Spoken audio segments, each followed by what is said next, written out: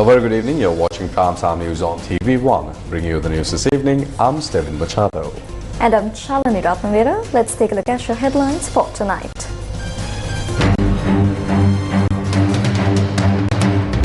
Regional cooperation is essential for AI development.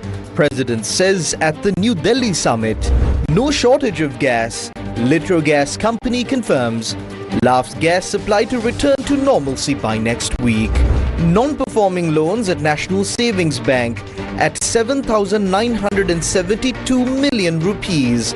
A revelation by the court committee. Police express regret in court regarding the arrest of Natasha Edirisurya over allegations of insulting Buddhism. Fasting for Ramadan begins today. Andrew Mountbatten Windsor, brother of Charles III, arrested. In your top story this evening, President Anuruddha Kumar Dissanayake has stressed the importance of regional cooperation for the advancement of artificial intelligence. He made this remark while addressing the 2026 AI Impact Leaders Summit held in New Delhi, India. The 2026 AI Impact Summit is being held at the Bharat Mandapam Convention Hall in New Delhi. Its objective this year is to promote the responsible use of artificial intelligence for the welfare of humanity. AI තාක්ෂණයේ සවිමත් රටවල් සහ එවැනි හැකියාව නොමැති රටවල් අතර වැඩිවීමෙන් පවතින පරතරය බොහෝ රටවල් ඩිජිටල් ආර්ථිකයෙන් වියුක්ත කිරීමේ බරපතල අවදානම් නිර්මාණය කරනවා. මේ ආකාරයට පසුබසින රටවල් ගෝලීය වර්ධනයෙන් සහ නව ආර්ථික අවස්ථාවලින් තවදුරටත් විවිධ අතුරු බලපෑමකට ලක් විය හැකියි. එමගින් අපි අපේක්ෂා කරන සියලු දෙනා ඇතුළත් සාධාරණ සහ තිරසාර සංවර්ධන අරමුණුද අවධානයට ලක් වෙනවා. බොහෝ නැගී එන ආර්ථිකයන් මෙන්ම ශ්‍රී ලංකාවත් AI සම්පූර්ණ ලෙස භාවිතා කිරීමට අවශ්‍ය යටිතල පාසුකම් තවමත් සම්පූර්ණ කරගෙන නැහැ.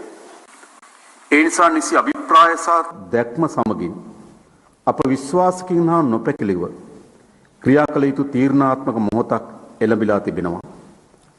තරුණ තාක්ෂණික දැනුමෙන් සන්නද්ධ මානව සම්පතක් ශ්‍රී ලංකාව සතු තිබෙනවා. ඒ වගේම අපට ශක්තිමත් නීතිමය පද්ධතිය සහ ජාත්‍යන්තර හවුල්කාරීත්වය සමග බැඳුණු ආර්ථික සංස්කෘතියක්ද තිබෙනවා. අපි පෞද්ගලික දත්ත ආරක්ෂණය සහ සයිබර් ආරක්ෂණය පිළිබඳ නීතිමය රාමු නවීකරණය කරමින් ඩිජිටල් පොදු යටිතල පාසුකම් සඳහා අඛණ්ඩව ආයෝජනය කරමින් නවෝත්පාදන දිරිමත් කරන මහජන විශ්වාසය රැකගත හැකි ආයතන ශක්තිමත් කරමින් සිටිනවා. ලෝකයේ අද AI තාක්ෂණයේ අභිප්‍රායන් අයිතිවාසිකම් සහ ආරක්ෂාව පිළිබඳ විවාද කරමින් සිටිනවා. එහෙත් මෙහිදී මෙතෙක් මගහැරී ගිය තීරණාත්මක පැතිකඩක් පෙන්වා දීමට කැමැතියි. එනම් සංස්කෘතික ගැළපීමයි. මානව සංහතියේ සංස්කෘතික වටිනාකම් සහ හැකියාවන් තවදුරටත් ප්‍රවර්ධනයට මේ තාක්ෂණයන් ඉවහල් කරගත යුතුයි. ලෝක මට්ටමේ AI තාක්ෂණයේ භාෂා සහ මතවාදයන් කීපයකට පමණ සීමා වුණොත් අපගේ අනන්‍ය වූ සංස්කෘතික විවිධත්වයේ ගිලී යාමේ අවදානමක් පවතිනවා. ශ්‍රී ලංකාව සහ ඉන්දියාව වැනි රටවල් වලට තම භාෂාවන් සහ සංස්කෘතිය යනු ගෞරවයේ මෙන්ම විශ්වාසයේ පදනමයි. මෙවැනි සංස්කෘතික ගැළපීමක් සාක්ෂාත් කර ගැනීම සඳහා පුළුල් අන්තර්ග්‍රහණය සහ සංරක්ෂණය සිදුවීම අවශ්‍යයි. මේදී අපගේ දේශීය භාෂා සහ සංස්කෘතික දැනුම ඩිජිටල්කරණය කර ඒවා කෘත්‍රිම බුද්ධිපත්ති තුළට බද්ධ කළ යුතුයි. එමෙන්ම ආරක්ෂාව සහ සුරක්ෂිතතාව පිළිබඳව උපරිම අවධානය යොමු වීම වැදගත්. අපගේ සංස්කෘතික වටිනාකම් වලට AI මගින් සිදුවන අහිතකර බලපෑම් වලින් ආරක්ෂා වීමේ පද්ධති ස්ථාපිත කළ යුතු වෙනවා. අපගේ දැක්ම හුදකලා සාර්ථකත්වයක් අත්පත් කර ගැනීම නොවේ, ඒකාබද්ධ වීමයි. AI යටිතල පාසුකම් අපි දකින්නේ ආර්ථික සංස්කෘතික සහයෝගීතාවයේ ඊළඟ මායිම ලෙසයි. එම නිසා ශ්‍රී ලංකාව කලාපීය සහභාගීතාවයක් යෝජනා කරනවා. මෙහිදී එය අඩු වියදමින් ලබාගත හැකි මධ්‍යගත පාලනික යුත් භාෂා දත්ත කට්ටල පොදු වැගීම් ක්‍රම සහ ආරක්ෂක මෙවලම් මෙන්ම ඒකාබද්ධ ධාරිතා සංවර්ධනය සහ යන මූලික කරුණු හතර මත පදනම් වීම ඉතා වැදගත්. මේ ප්‍රයත්නය මගින් AI ප්‍රතිලාභ වෙත අප සැමට පුළුල් සහ සාධාරණ ලෙස ප්‍රවේශ විය හැකි බව මාගේ විශ්වාසයයි.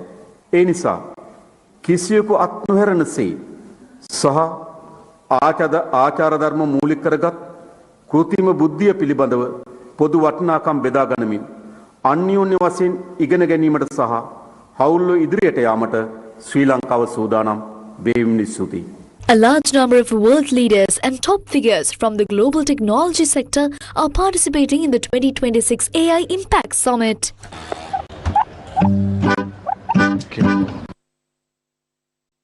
Prime Minister Narendra Modi today outlined India's Manav vision for artificial intelligence. Prime Minister Modi explained that Manav, the Hindi word for human, serves as an acronym representing 5 core principles. दुनिया की सबसे बड़ी AI is emerging as a transformative force. This is active power. If it becomes directionless, it inevitably leads to disruption. If it is guided in the correct direction, it certainly presents a solution. The fundamental challenge before us is how to transition AI from a purely machine-centric approach to one that is truly human-centric, ensuring it is both sensitive and optimal. My dear friends, I present the Manav vision for AI. This vision is encapsulated in the acronym MANAV, which fundamentally means human. Therefore, the Manav vision unequivocally advocates for an ethical system. My dear countrymen, our systems, that is to say, must be fundamentally based on AI ethical guidance. Furthermore, we must ensure accountable governance, meaning transparent rules, and cultivate a robust framework. We must ensure proper oversight. India is diligently constructing a resilient ecosystem spanning from semiconductors and chip making to quantum computing. This comprehensive effort includes establishing secure data centers, a robust IT backbone, and a dynamic startup ecosystem. My dear countrymen, is poised to become a natural hub for affordable, scalable, sustainable, and secure AI solutions. Furthermore, our nation, India, possesses both immense diversity and a vibrant and dynamic demography. And these unique strengths are crucial for our progress. My dear countrymen, there is also democracy, where the AI model demonstrates its success internationally and is therefore globally deployed. It is possible. Therefore, I invite all of you to ensure that design and development in India delivers. French President Emmanuel Macron stressed on the path that India and France have to take together. The old world said you compete or you lose. The new world says you connect or you fall behind. And I started with a story about a street vendor in Mumbai. 10 years ago, the world told India that 1.4 billion people could not be brought into the digital economy.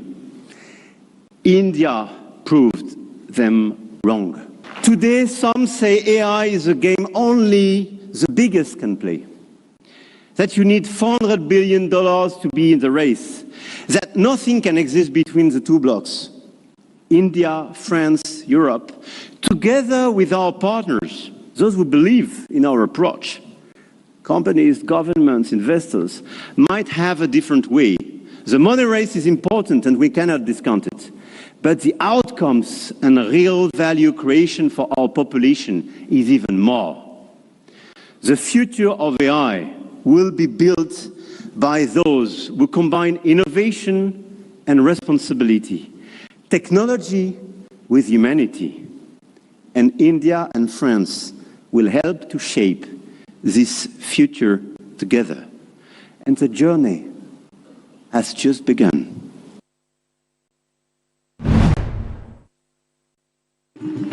A light-hearted yet widely noticed awkward moment unfolded at the India AI Impact Summit in New Delhi today when OpenAI CEO Sam Altman and Anthropic CEO Dario Amodei opted to raise their fists instead of joining hands during the official group photograph.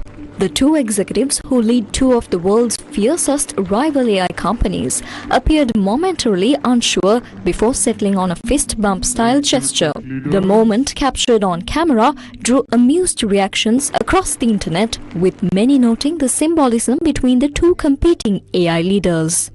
Prime Minister Narendra Modi stood at the center of the high-profile lineup, which also included Google and Alphabet CEO Sundar Pichai, Scale AI founder Alexander Wang, Meta's chief AI officer, and several other major figures from the global tech industry. Online users were quick to react to what some described as a snub, highlighting the history between the two CEOs. President Kumar Dissanayake also met with French President Emmanuel Macron on the sidelines of the AI Impact Summit. Moving on, Litrogas announced today that it is releasing 1,500 metric tons of LP gas to the market each day, ensuring uninterrupted supply nationwide. In an official statement, Litro chairman Chanda Gunawardena assured consumers that no shortages will occur in the coming days. What caused the issue? According to Litro, the current situation arose due to a sharp spike in demand. The company stated that while its usual daily supply is 1,100 metric tons, demand suddenly surged to 1,500 metric tons. Litro attributed this increase to a delay in a gas shipment on the 14th and disruptions to LAV's gas supplies. The company confirmed that it now has sufficient stocks and has already secured safety stockpiles of cylinders. Is Litro releasing enough gas to the market? Litro reported that over the past 2 days, it released 240,000 gas cylinders to the market. From today until Saturday, an additional 351,000 cylinders are scheduled for distribution. The chairman also noted that Litro has already placed orders to meet demand in the days ahead. 3 gas-carrying vessels are expected to arrive before the end of this month. What does the Consumer Affairs Authority say? Consumer Affairs Authority Chief Executive Officer S.K. Karunaratne said the authority met with representatives from both gas companies on the 17th. She confirmed that Litro currently has adequate stocks and that LAV's gas supply is expected to return to normal next week. LAV's Gas PLC has stated that a primary reason for the shortage of domestic gas cylinders in the market is the regulatory restrictions affecting the use of its import-export storage terminal in Hambantota for local gas supply. According to a statement issued by LAV's Gas, the company is in constant coordination with relevant government authorities to promptly release the storage terminal for domestic operations. The company further stated that arrangements have already been made to directly produce LP gas from international suppliers via the Colombo port to meet the domestic demand for household LP gas. Minister of Trade Vasantha Samarasinghe addressed Parliament on the current concerns surrounding domestic gas supply. We called LAV's Gas before on 2 occasions to examine what exactly the issue is with their gas supply. They told us that one of their ships will arrive on the 25th of February with 3,000 metric tons. We informed them that they must ensure this supply immediately without misleading the consumer, because consumers have paid 15,000 rupees, 10,000 rupees, even 20,000 rupees for a gas cylinder in some cases. So they cannot be expected to keep 2 gas cylinders at home. Therefore, if they do not carry out this supply promptly, the Consumer Affairs Authority has the legal powers under the Act to take necessary action. We are working on that as well. We cannot allow this to happen again and again. Litrogas, as you were informed, has several ships arriving in the coming days. Right now, we are releasing about 1,500 metric tons per day. So the public does not need to fear a gas shortage in the market.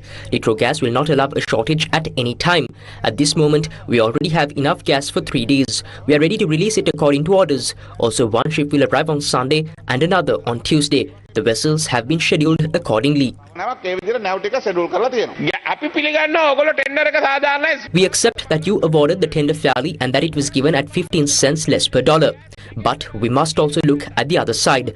The people are facing a gas shortage. I said earlier that a gas shortage was coming. The reason is that this geogas company does not have ships. Because they have no ships, they bring gas with only 2 vessels. And if those vessels are delayed, this gas shortage cannot be stopped. මේ gas ගේ නවත්තන්න බෑ. Tender එක The tender was awarded according to tender procedure and to the lowest bidder. That is correct, and you accept that. What remains now is that action must be taken only if the relevant company violates the tender conditions, but that has not happened. Therefore, as you said, when the private company that supplies 20% of the market fails to supply gas, a shortage occurs in the country and people start buying the other brand. That is why this problem arises. We will resolve it. News First with the people. It has been revealed that as of the 30th of September 2025, the National Savings Bank had classified 7,972 million rupees worth of its loans as non-performing. This information came to light during an investigation conducted by the Committee on Public Enterprises. The Committee on Public Enterprises investigation report on the National Savings Bank was presented to Parliament today by its chairman, Dr. Nishantha Samaravira. We examined the outstanding loan balances exceeding 5 million rupees issued by the bank as of the 30th September 2025. The total amount under this category was 96,046 million rupees. Of this, 7,972 million rupees were classified as non-performing loans. Among these, we reviewed the 4 largest loans.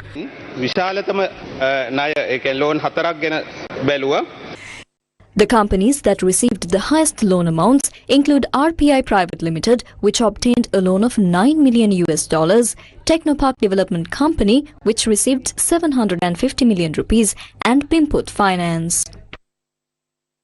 Bimput Finance Company kenakata 2016 di Bimput Finance obtained 200 million rupees in 2016 and a further 100 million rupees in 2019. The Daya Group is the guarantor for the loan granted to Bimput Finance. However, the issue is that this company was dissolved by the Colombo Commercial High Court in February 2025. This followed a case filed by HDFC Bank as the company had failed to repay a loan exceeding 350 million rupees. Also, Honorable Speaker, in June 2018, a loan of $9 million was granted to a company registered in the Maldives named RPI Private Limited.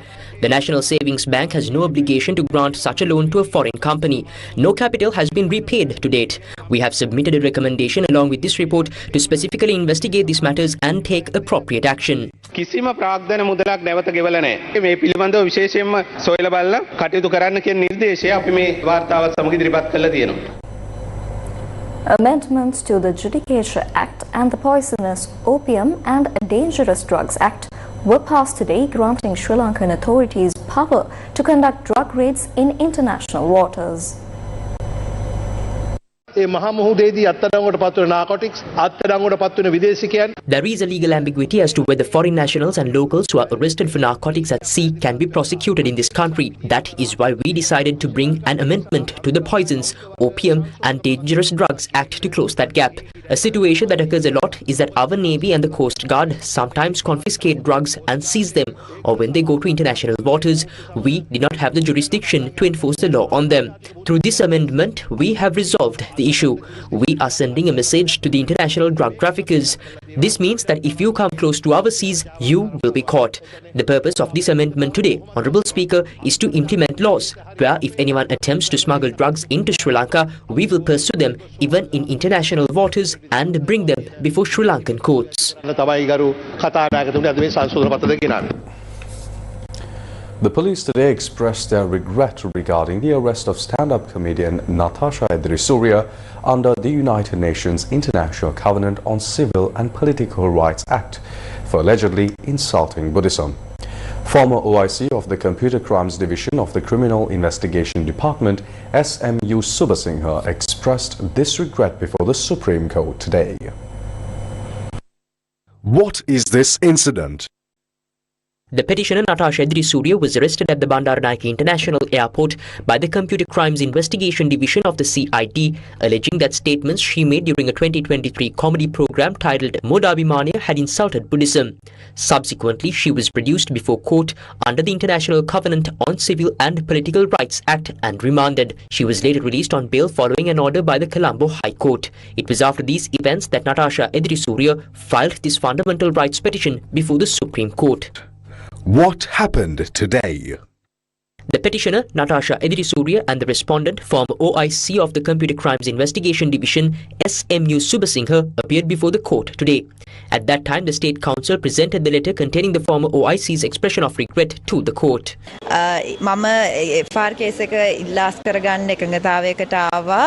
reached an agreement to withdraw the FR case if the Attorney General's Department agreed to change the current police arrest procedures.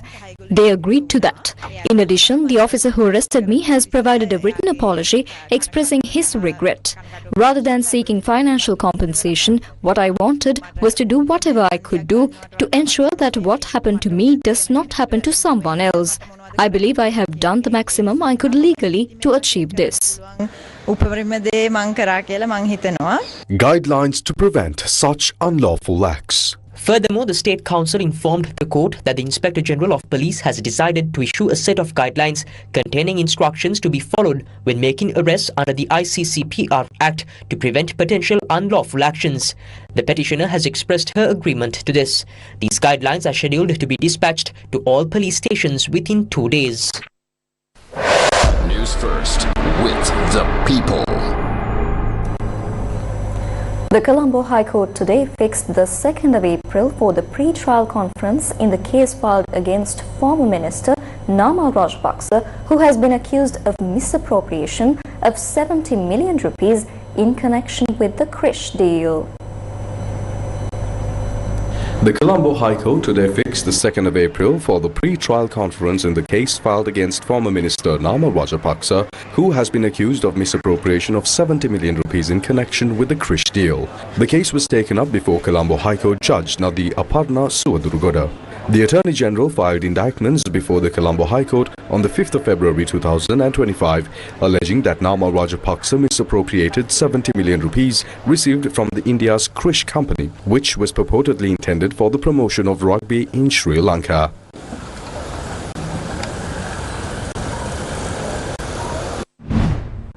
SLPP national organizer Namal Rajapaksa says that no new facts were revealed through the statements made yesterday by Field Marshal Sarath Fonseca. Speaking yesterday, Field Marshal Sarath Fonseca alleged that during the final stages of the war, the then political authority had acted in a manner that betrayed the war effort.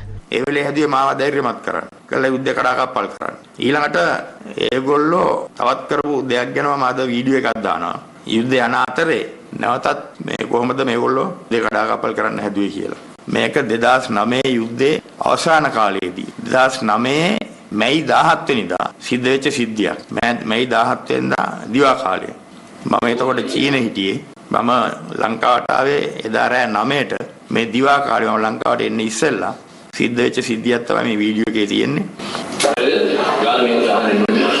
Now the situation is this. Secretary spoke to me. LTT is willing to surrender. Again, total leadership is there, but all are willing to surrender.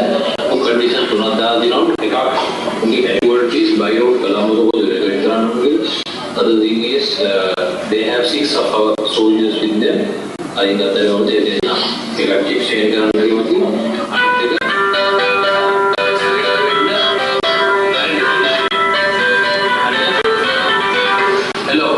We should not surrender to if they are surrendered to government forces, yes. If they are surrendered to ICRC, no.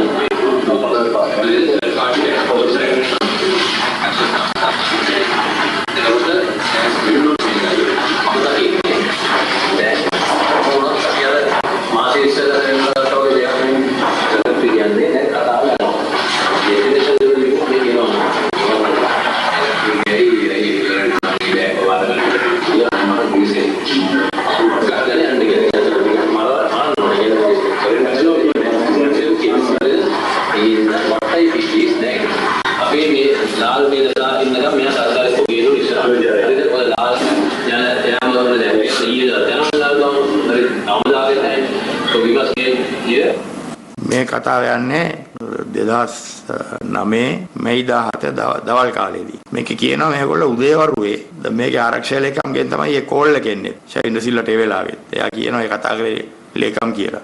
නමුත් මටවත් කියන්නේ නැතුව මේගොල්ලෝ සාකච්ඡාවක් කරලා තියෙනවා 17 වෙනිදා උදේ ICRC එකේ මේ හිටපු ප්‍රධානියා එක්කයි ඇම්නෙස්ටි ඉන්ටර්නැෂනල් ක්ෂමා ආයතනයේ නියෝජිතයත් අතුළුව ඊට පස්සේ බැසිල් රාජපක්ෂලා මහින්ද රාජපක්ෂ ගෝඨාභය සාකච්ඡාවක් කළා තියෙනවා ත්‍රස්තවාදී නායකයන්ට යටත් වෙන්න අවකාශ සලසලා දෙන්න. මගේ නියෝග තිබුණේ LTT සම්පූර්ණයෙන්ම අතුගාලා දාන්න. ඒකත් තමයි යුද සැලසුම් කරේ ඔක්කොම කරේ. කවුරුත් යටත් කරගන්න කවුරුත් ලං කරගන්න ජීවිත බේරගන්න LTT එක බේරන්න අපට අවශ්‍යතාවයක් තිබ්බේ නැහැ. ඒතකොට එහෙම කොට කරපු අය ඒගොල්ලෝ දන්නවා අනිවාර්යයෙන්ම ඉදිරි පැය කීපය ඇතුළත මේගොල්ලෝ විනාශ වෙනවා කියලා. එහෙම කියනකොට තමයි මේගොල්ලෝ මේ කතා කරලා මෙයා කියනවා සාකච්ඡාවක් ගියපු ඇටි ඔක්කොම වර්ධිලා හරි ආමියකට යටත් වෙන්න කැමති වුණා නම් රාජපක්ෂ නියෝග දෙනවා මේගොල්ලෝ බාර අරගෙන ඒගොල්ලෝ ජීවිත බේරන්න කියලා. මේක තමයි 17 වෙනිදාත් රාජපක්ෂලගේ ඔළුවේ තිබුණ විස බීජය. නැත්නම් එදා මේක මේ විදියට වුණා නම් එහෙනම් මේ වෙනකොට උතුම් නැගෙනහිර මහ ඇමති කරලා ප්‍රභාකරන් මේගොල්ලෝ එතන හිටියා සූසේ හිටියා එතන හිටියා පොට්ටුවම්මන් හිටියා පොට්ටුවම්මන්ගේ වයිෆ් හිටියා එතන හිටියා අනිත් නායකයෝ ටික කර්නල් තිලීපන්ලා අරගොල්ලෝ මේගොල්ලෝ ඔක්කොම රමේෂ් අතුළු පිරිසත් මං හිතන්නේ නැගෙනහිරින් බලා ගිය අයත් ඔතන ඉඳලා තියෙනවා මේ ඔක්කොගේම ජීවිත බේරන්න තමයි 17 වෙනිදා මේ ජාතික වීරයා කියන මහින්ද රාජපක්ෂ උත්සාහ කරේ. ඒ ප්‍රකාශය එතුමාට ආందోලනාත්මක වෙන්න පුළුවන්. හැබැයි මීට පෙර ওই යුද්ධයේ පවතින අවස්ථාවේදී මහින්ද රාජපක්ෂ ජනාධිපතිවරයා විවෘතව මාධ්‍ය ප්‍රකාශයක් කරා ප්‍රභාකරන්ට දැන් ඉතිරි වෙලා තියෙන්නේ තුවක්කු බිම තියලා එන්න විතරයි කියලා. මේ හමුදාවට බාර වෙන්න විතරයි කියන එක අලුත් කාරණයක් නෙවෙයි. මම එක පැත්තකින් ස්තුතිවන්ත වෙනවා ෆොන්සේකා මහත්තයාට ඔය ඩයස්පෝරාව සහ මේ JVP ආණ්ඩුව සහ ඩයස්පෝරාව LTT ඩයස්පෝරාව කියන විදිහට මහින්ද රාජපක්ෂ ලේ පිපාසයෙන් ඉන්න මිනි මරන්න ආස කරන මහා දෙමන්ත මිනි මරුවෙක් නොවන බවට ෆොන්සේකා මහත්තයාට තහවුරු කරලා තියෙනවා. A senior Labour Department officer has been arrested by the Illegal Assets Investigation Division of the Central Crimes Investigation Bureau. The arrest was made on charges of assisting in the fraudulent withdrawal of funds from the Employees' Provident Fund. The suspect is accused of submitting forged documents certifying them as authentic and committing criminal breach of trust. He is also alleged to have aided and abetted the fraudulent withdrawal of funds from the Employees' Provident Fund. The 46-year-old suspect is a resident of Kakirava.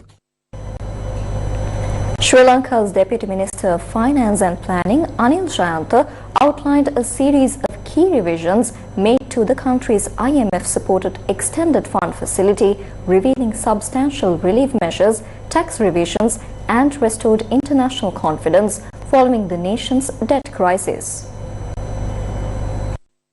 Letter of intent requesting extended fund facility was signed by the former president in his capacity as the Minister of Finance and the Governor of Central Bank of Sri Lanka on 6th March 2023.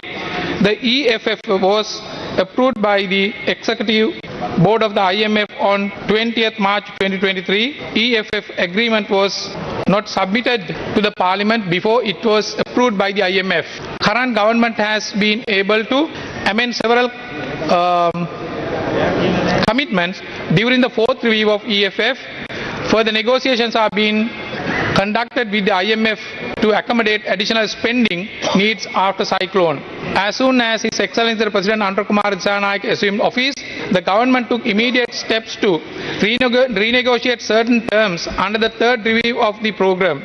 Consequently, at the conclusion of the staff level agreement in November 2024, several amendments were introduced to ease the burden of the general public and ensure more equitable outcomes. The following decisions were taken to provide relief to the people based on the discussions between Sri Lankan authorities and IMF. Accordingly, personal income tax relief. The tax-free threshold for personal income tax was increased from rupees 1.2 million to rupees 1.8 million for a year of assessment. The the bracket was expanded from rupees 500,000 to 1 million per year of assessment with a tax rate of 6%. With regard to the tax reforms to support the local industries and equity, value-added tax was removed on the production of the local fresh milk and yogurt made from domestically produced milk to promote child nutrition and the local agriculture. Taxes on properties based on imputed rental income will not be levied until a proper valuation methodology and administrative procedures are established. The corporate income tax rate was tax rate on service export was reduced from 30% to 15%. With withholding tax of 10% will not be applied to individual whose total annual assessable income does not exceed rupees 1.8 million. Despite the continued commitment under the IMF EFF to achieve primary surplus target of at least 2.3% of GDP and maintain primary expenditure below 13% of GDP as required under the Public Financial Management Act number 44 of 2022, the government successfully negotiated with the IMF to protect social spending and introduce further relief measures including on social protection and welfare. Through these initiatives, the government has taken several measures to ensure that the IMF supported reform program remains citizen-centered with strong emphasis on equitable burden sharing, enhanced social protection and transparency in implementation. Further, the declaration of a debt standstill affected Sri Lanka's international reputation and creditworthiness. Major credit rating agencies downgraded sovereign rating of default categories and the country was effectively excluded from the global capital market. This limited access to new foreign financing raised a perceived risk premium for Sri Lanka debt and constrained private investment inflows. Rebuilding credibility required the government to demonstrate consistent policy commitment, fiscal discipline and transparency in negotiations with the creditors and international institutions. The ongoing implementation of the IMF supported program and the progress achieved so far have been instrumental in gradually restoring the confidence among investors and development partners. Sri Lanka has been named the world's top destination for foreign retirees seeking a luxurious lifestyle at the lowest cost, according to the 2026 Annual Global Retirement Index released by International Living, one of the world's leading magazines on travel and lifestyle. In a dedicated section of the newly published report, International Living ranks Sri Lanka as the #1 country where foreigners can enjoy a comfortable and fulfilling retirement with minimal expenses. According to the report, a foreign retiree can cover all essential needs in Sri Lanka, including accommodation, food, utilities, transport and entertainment on a monthly budget of approximately $1,000. The magazine also highlights several factors that elevate Sri Lanka to the top of the global list, including its natural beauty, modern facilities available within the private healthcare sector, and the convenience and affordability of local transportation services. Vietnam, where monthly retirement costs average around $1,800, has been ranked second, while Thailand takes third place with an estimated monthly cost of $2,000. Deputy Minister of Tourism Ruwan Ranasinghe says that a new tourism act will be introduced to enhance productivity and drive the development of the tourism industry.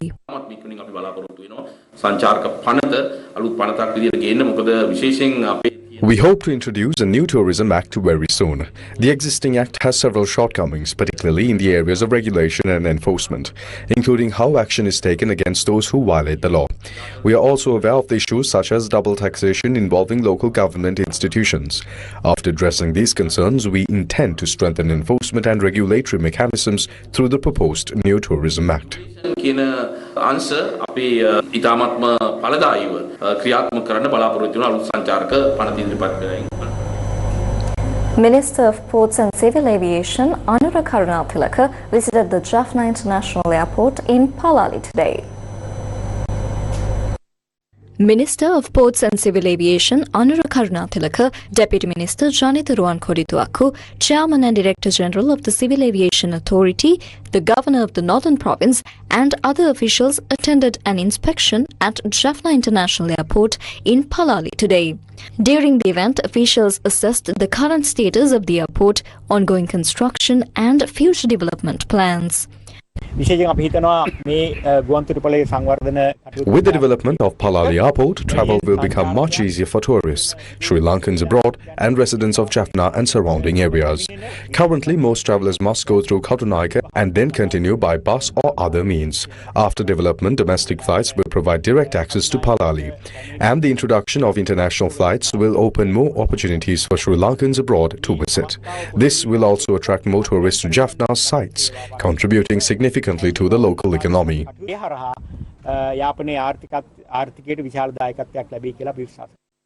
The minister also highlighted progress on the Kankasanture port set to be developed with Indian financial assistance. An agreement with India on the Kankasanture port has been in discussion for some time. India has agreed to provide $63.5 million for its development, and the preparation of the Memorandum of Understanding is now in its final stages. Deputy Minister of Tourism Ruan Ranasinghe says that a new Tourism Act will be introduced to enhance productivity and to drive the development of the tourism industry. Today we took a full inspection of Jaffna Airport. So as we see, it was a major requirement for Jaffna people to take domestic and international flights from Jaffna Airport. We have seen we have been operating this airport with a temporary building for last few years, but now as new government we have initiated new building, arrival and departure terminal. So I think we can complete this project by next year. So I think after this project, so people will be more comfortable and travelers will be more efficiently travel through the Jaffna Airport, and we believe it will initiate and enhance the domestic and international aviation in Jaffna area. The blessed and holy month of Ramadan has begun, bringing peace and spiritual reflection.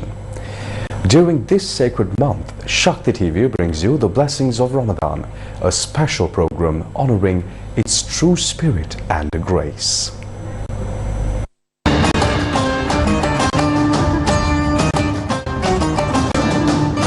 In the holy month of Ramadan, the month in which the Holy Quran was revealed, Shakti TV has organized a special program to mark its blessings. The Sahar program will begin at 4 a.m. every day and continue until 5:15 a.m. The Iftar program will begin at 5:45 p.m. Religious leaders from all parts of the country will take part in these programs to guide people on the positive changes Ramadan brings to life. On the occasion of the holy month of Ramadan, Shakti TV is organizing various special programs on the theme, the blessings of Ramadan during Sahar and Iftar times. These programs are important and well known throughout the country. Therefore, I kindly request everyone to watch and benefit from them. Shakti TV and Shakti FM have also arranged Iftar programs in many parts of the country. Iftar programs have been organized across several areas including Aturugiriya, Nintavur, Kalmune, Kartankudi, Batiklo, Mutur, Kinya and Trincomalee. Live broadcasts of Iftar will be carried out from mosques in Tiharia, Napavala, Beruwala, Alutgama, Inamaldenia, Kandy, Gampola, Putlam, the Grand Mosque of Colombo, the Dehivala Grand Mosque, the Mayura Place Mosque and Vallampitia.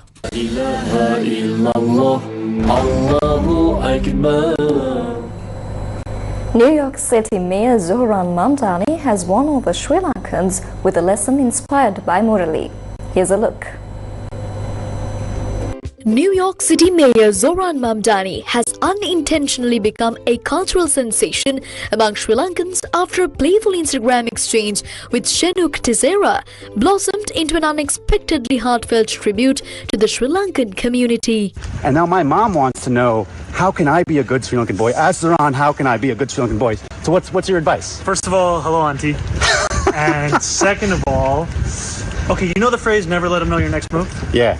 So I would argue that has Sri Lankan roots. No! And then Mamdani delivered the twist that turned a casual Instagram clip into a viral cultural moment.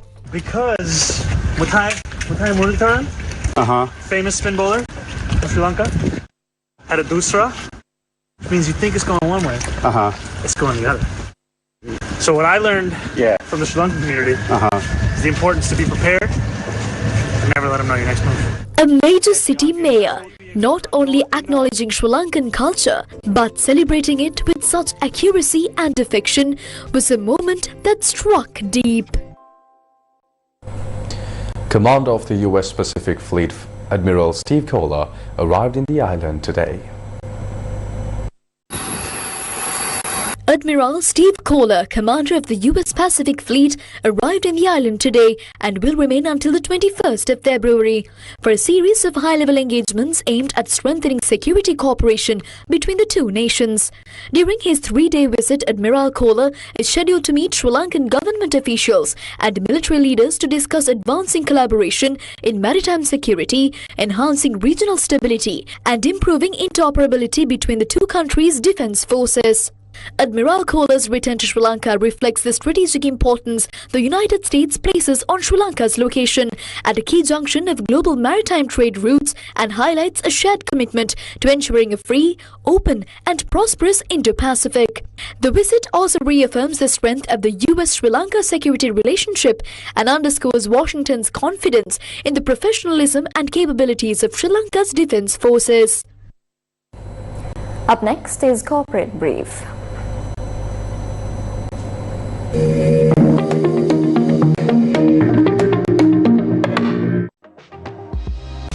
SLT Mobitel today hosted its Smart Mega Chat 2026, an event focused on empowering small and medium enterprises with next-generation digital solutions. The SME product launch was held this morning in Colombo. The event brought together industry leaders, business stakeholders and technology experts under one roof. Speaking to media at the launch, Chairman of SLT Mobitel, Dr. Motilal De Silva, highlighted the objective behind the launch, which is to mainly empower the SME sector and to help the economic growth of the country. We all know that SME sector is the engine of growth of Sri Lanka's economy, and we are happy to contribute to the development of the SME sector. And here what we do is we assemble solutions that suits every different SME companies, because it's like different strokes for different folks. I think nearly 36 solutions are demonstrated here. So especially in new technologies like AI, IoT, and also we provide firewall solutions to protect their data and privacy, and security solutions are also there. So what we do is we co-create solutions with customers also by identifying their requirements. The event highlighted innovative digital products and connectivity solutions designed specifically to strengthen Sri Lanka's SME sector.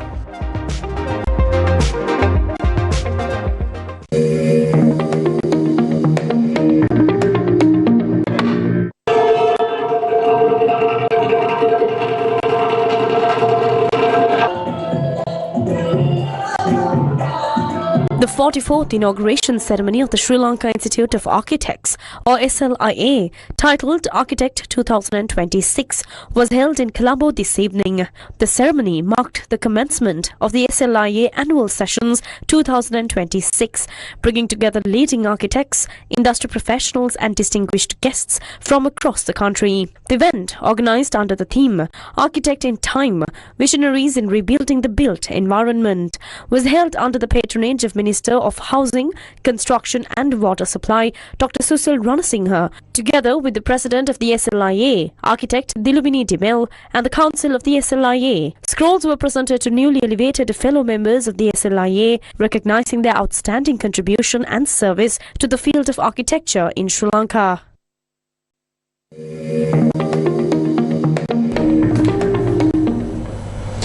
Minister of Justice and National Integration Attorney at Law Harshan Ananakara spoke about steps taken to prevent laws delays. There are about 1.1 million civil and criminal cases pending in court. Several courthouses are in the process of being established. A trial at bar has been constituted to hear the case pertaining to the Easter Sunday attack. Also, another courthouse was opened to hear cases of bribery. In addition to that, either next week or within the next 2 weeks, we will be providing 2 courthouses and the MCC building that we built. Steps will be taken to establish 5 more courthouses courthouses. The Honourable Chief Justice Preeti Padman Surasena has made a request from us to provide him with those courthouses to expedite the hearing of cases. While the judiciary hears cases independently, they must do so respecting the will of the people. These things were in our manifesto, and that is why we are expediting the hearing of cases pertaining to bribery and corruption. Therefore, I expect one or more courthouses assigned to hear cases pertaining to bribery will be established in the newly erected courthouses. But all of that is based on the number of cases. I believe that we can provide 7 more courthouses within 2 weeks or a time period less than a month. I believe that during this month or by mid this year, these processes will be expedited. We must be thankful to Chief Justice Preeti Padman Surasena because it is under his leadership that these things are being done. අපිට ස්තුතිවන්ත වෙන්න ඕනේ ප්‍රීති පද්මන් සූරසේන ගරු විනිශ්චයකාරතුමාට අග්‍ර විනිශ්චයකාරතුමාට මොකද ඔහුගේ නායකත්වයේ දැක්මට තමයි මේ දේ සිද්ධ වෙන්නේ.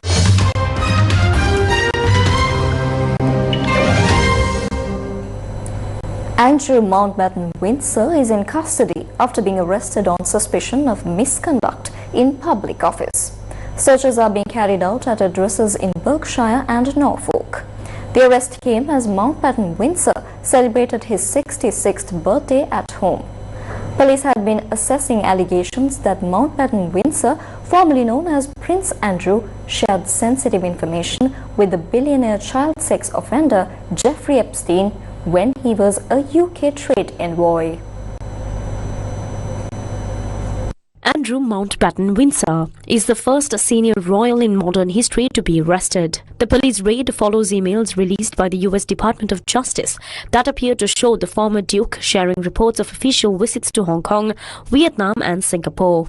One email, dated November 2010, appeared to be forwarded by Mountbatten Windsor 5 minutes after being sent by his then special advisor, Amir Patel. Another, on Christmas Eve 2010, appeared to send Epstein a confidential brief on investment opportunities in the reconstruction of Helmand Province, Afghanistan. The former prince has always been in the headlines for all the wrong reasons, be it for being stripped of his title, sexual assault accusations, or his relationship with the late child sex offender Jeffrey Epstein. In October, King Charles III stripped Mountbatten Windsor of his royal titles and ordered him to vacate Royal Lodge, his residence in the grounds of Windsor Castle. The decision followed years of controversy over Mountbatten Windsor's association with Epstein. He stepped back from royal duties in 2019 after a disastrous BBC interview about his friendship with Epstein. Mountbatten Windsor has not been charged with any crimes in connection with Epstein and has repeatedly denied any wrongdoing. In 2022, then Prince Andrew paid a settlement to Virginia Giuffre, who accused him of sexually abusing her when she was 17 years old. The settlement amount was not disclosed, though reports estimated it at between £7.5 million and £12 million. While he did not admit wrongdoing, Mountbatten Windsor acknowledged Giuffre's suffering as a victim of sex trafficking in a joint statement announcing the settlement. The previous recorded instance of a British royal being arrested or criminally convicted was in 2002 when Princess Anne was prosecuted under the Dangerous Dogs Act after her dog attacked 2 children in Windsor Great Park. British media at the time described it as the first instance of a royal being convicted of a criminal offence. King Charles III said that he learned with the deepest concern of Andrew's arrest, adding that the law must take its course. A South Korean court sentenced former President Yoon Suk-yeol to life in prison for leading an insurrection during his botched attempt to place the country under martial law in December 2024. Former South Korean President Yoon Suk-yeol was sentenced to life imprisonment after being found guilty of leading an insurrection during his declaration of martial law in December 2024. The ruling delivered by Seoul Central District Court Judge J.Q. Yoon was lighter than the death penalty that prosecutors sought at the trial's final hearing in January. J said in the verdict that Yoon was guilty of leading an insurrection and committed acts to subvert the country's constitutional order. The sentence follows a separate ruling on the 16th of January when Yoon was given a 5-year prison term for attempting to obstruct his arrest after he was impeached and suspended from office. Other senior officials have been sentenced over the failed martial law bid. Former Prime Minister Han Duck-soo was sentenced to 23 years in prison, while former Interior Minister Lee Sang-min received a 7-year sentence. Yoon was the first sitting South Korean president to be arrested in an operation involving over 3,000 police personnel that involved a standoff with presidential security agents. During the final hearing, Special Counsel Cho Yun-suk's team said Yoon declared martial law with the purpose of remaining in power for a long time by seizing the judiciary and legislature, according to South Korean media reports. Yoon reportedly maintained his innocence, arguing the declaration was within his constitutional authority and was intended to safeguard freedom and sovereignty. He imposed South Korea's first instance of martial law in 44 years during a late-night address on the 3rd of December, claiming that the then-opposition Democratic Party of Korea was engaging in anti-state activities and colluding with North Korean communists. Troops were deployed to the country's National Assembly while soldiers and police clashed with protesters outside the compound. The Wall Street Journal reported that the United States is preparing to pull back nearly 1,000 troops from its military that remain in Syria. Last week, the US military confirmed it was withdrawing from the Al-Tanaf base, located in southern Syria, near borders with Iraq and Jordan. The base served as a key hub for operations for the global coalition against ISIL, which at that time controlled large areas of Syria and Iraq until sustaining critical losses in 2017. US Central Command said last week's orderly departure was part of a deliberate and conditions-based transition. The Wall Street Journal meanwhile indicated that the broader withdrawal of US troops in Syria would unfold over the next 2 months. The administration of President Donald Trump has been weighing a full withdrawal since at least January. According to the officials cited in the Wall Street Journal, the decision to withdraw troops from Syria is not connected to the current buildup of US naval and air forces elsewhere in the Middle East, as tensions flare with Iran.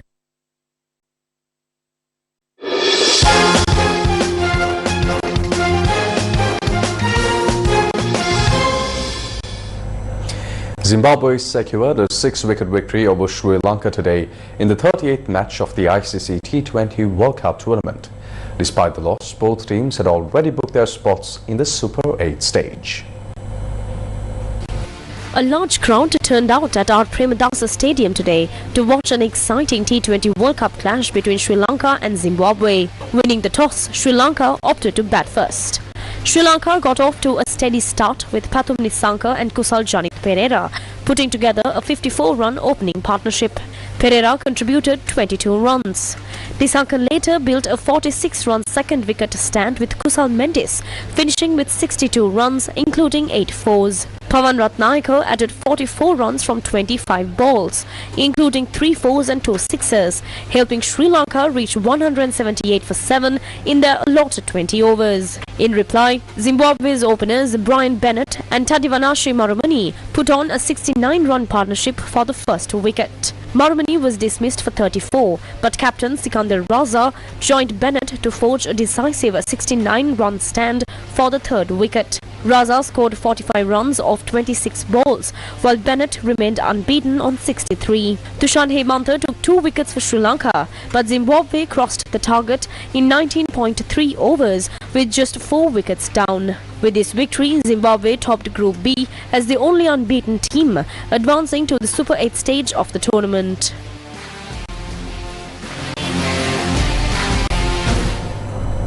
An exhibition organized alongside the 2026 Ironman 70.3 Colombo Triathlon was held in Colombo today. It was titled Kaya Colombo. This exhibition was organized to provide foreigners visiting for the 2026 Ironman 70.3 Triathlon with an insight into life in Colombo. The Ironman Triathlon, which consists of swimming, cycling and marathon events, is being held this year after a 6-year hiatus.